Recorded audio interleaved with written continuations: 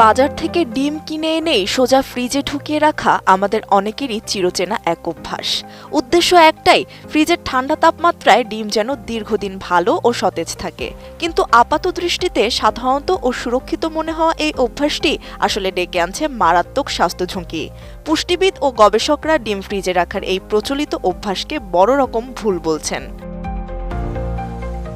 মূলত ফ্রিজের তাপমাত্রা থাকে 0 ডিগ্রির কাছাকাছি, যা অনেক খাবারের জন্য উপযোগী হলেও ডিমের ক্ষেত্রে ঘটে ঠিক উল্টো ঘটনা। কম তাপমাত্রার কারণে ডিমের ভেতরে এক ধরনের ক্ষতিকর ব্যাকটেরিয়া বিস্তার করে। এর মধ্যে সবচেয়ে বিপজ্জনক হল সালমোনেল্লা নামক ব্যাকটেরিয়ার বংশবৃদ্ধি। মুরগি বা পাখির পরিপাকতন্ত্রে থাকা এই ব্যাকটেরিয়াটি ফ্রিজের কৃত্রিম পরিবেশে দীর্ঘ সময় জীবিত ও সক্রিয় থাকে, যা খাবারে তীব্র বিষক্রিয়া বা ফুড পয়জনিং তৈরি করতে পারে।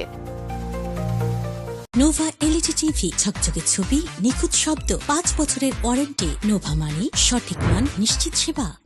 বিশেষজ্ঞদের দাবি, ফ্রিজে দীর্ঘদিন রাখা ডিম খেলে তীব্র পেটের সমস্যা ও ডায়রিয়ার ঝুঁকি বহুগুণ বেড়ে যায়। এমনকি গুরুতর সংক্রমণের ক্ষেত্রে এটি মানুষের মৃত্যুর কারণও হতে পারে।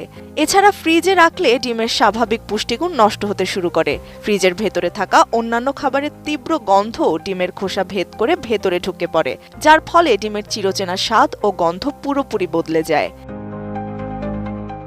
যদি কোনো কারণে ডিম ফ্রিজে রাখতেই হয়, তবে রয়েছে কিছু সুনির্দিষ্ট নিয়ম। ডিমের খোসায় নানা ধরনের ব্যাকটেরিয়া লেগে থাকে, যা ডিমের ওপরের পাতলা স্তরটিকে নষ্ট করে দেয়। তাই ফ্রিজে তোলার ঠিক আগেই ডিম খুব ভালো করে পরিষ্কার করে নেওয়া উচিত। চিকিৎসকদের মতে, ফ্রিজ থেকে ডিম বের করেই সরাসরি ফুটন্ত গরম তেলে বা পানিতে দেওয়া উচিত নয়। রান্নার অন্তত বেশ কিছুক্ষণ আগে ডিম বাইরে বের করে রেখে ঘরের স্বাভাবিক তাপমাত্রায় এনে তারপর রান্না করলে ব্যাকটেরিয়াজনিত সংক্রমণের ঝুঁকি খানিকটা কমে যায়।